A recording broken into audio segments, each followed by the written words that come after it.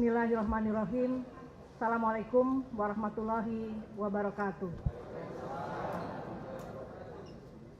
Salemba berseru. Pernyataan resmi Guru Besar Fakultas Kedokteran Universitas Indonesia tentang situasi terkini pelaksanaan pendidikan dan pelayanan kesehatan di Indonesia. Kami, para guru besar Fakultas Kedokteran Universitas Indonesia, menyampaikan keprihatinan mendalam atas kebijakan kesehatan dan pendidikan kedokteran dari Kementerian Kesehatan yang berpotensi menurunkan mutu pendidikan dokter dan dokter spesialis sehingga akan berdampak langsung pada kualitas pelayanan kesehatan masyarakat. Selama pandemi COVID-19, kolaborasi antara pemerintah, akademisi, dan tenaga medis telah menyelamatkan jutaan nyawa. Dengan para dokter bekerja tanpa lelah, bahkan sampai kehilangan nyawa, demi keselamatan rakyat. Kami juga aktif memberikan masukan-masukan berbasis bukti dan edukasi publik.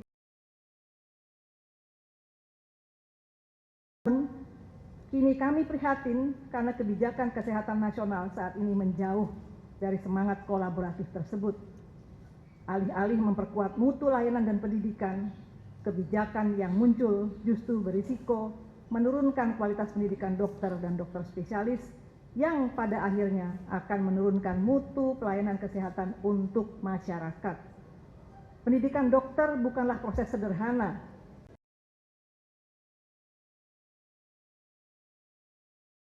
Yang melalui rumah sakit pendidikan yang mengintegrasikan pelayanan, pengajaran, penelitian sesuai standar global. Alasan keprihatinan kami, yang pertama,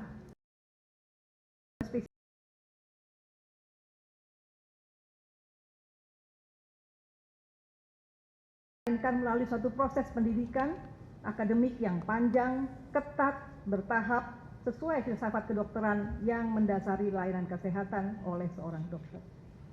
Pendidikan terbaik dilakukan di Fakultas Kedokteran dan rumah sakit pendidikan yang menjalani pendidikan dan penelitian sesuai standar global. Yang kedua, penyelenggaraan pendidikan dokter di luar sistem universitas memerlukan kerjasama erat dengan Fakultas Kedokteran. Tanpa sinergi yang baik, kebijakan ini akan menimbulkan ketimpangan kualitas antar dokter, meningkatkan risiko kesalahan dalam pelayanan medis dan pada gilirannya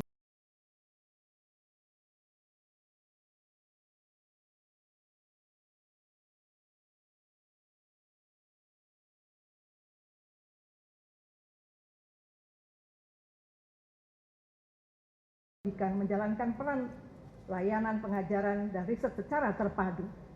Pemisahan peran ini akan merusak sistem yang sudah berjalan dengan baik dan menurunkan kualitas pembelajaran bagi mahasiswa kedokteran dan dokter muda. Keempat, pelayanan kesehatan yang baik hanya dapat diberikan oleh tenaga medis yang dididik dengan standar tinggi.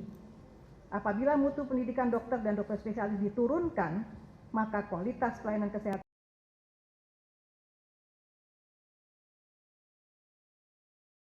angka kematian ibu bayi, prevalensi stunting, kasus TB, serta penyakit-penyakit tidak menular seperti TBC, seperti diabetes, hipertensi, dan sebagainya. Pada akhirnya rakyatlah yang akan menanggung akibatnya.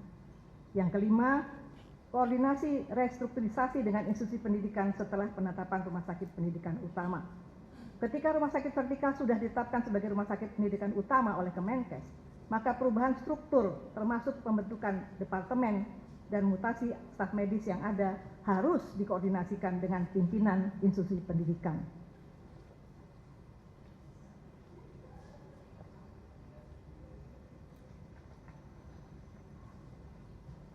Yang keenam, kolegium kedokteran harus dijaga independensinya untuk kompetensi profesi. Kolegium sebagai lembaga profesi bertanggung jawab menjaga standar kompetensi dan mutu pendidikan dokter dan dokter spesialis di Indonesia. Kolegium harus tetap mandiri dan bebas dari intervensi kebijakan yang tidak berbasis akademik maupun kepentingan jangka pendek. Jika peran kolegium dilemahkan, maka akan terjadi degradasi kualitas tenaga medis, dan hilangnya kepercayaan publik terhadap profesi kedokteran di negeri sendiri. Jelajahi cara baru mendapatkan informasi. Download Metro TV Extend sekarang.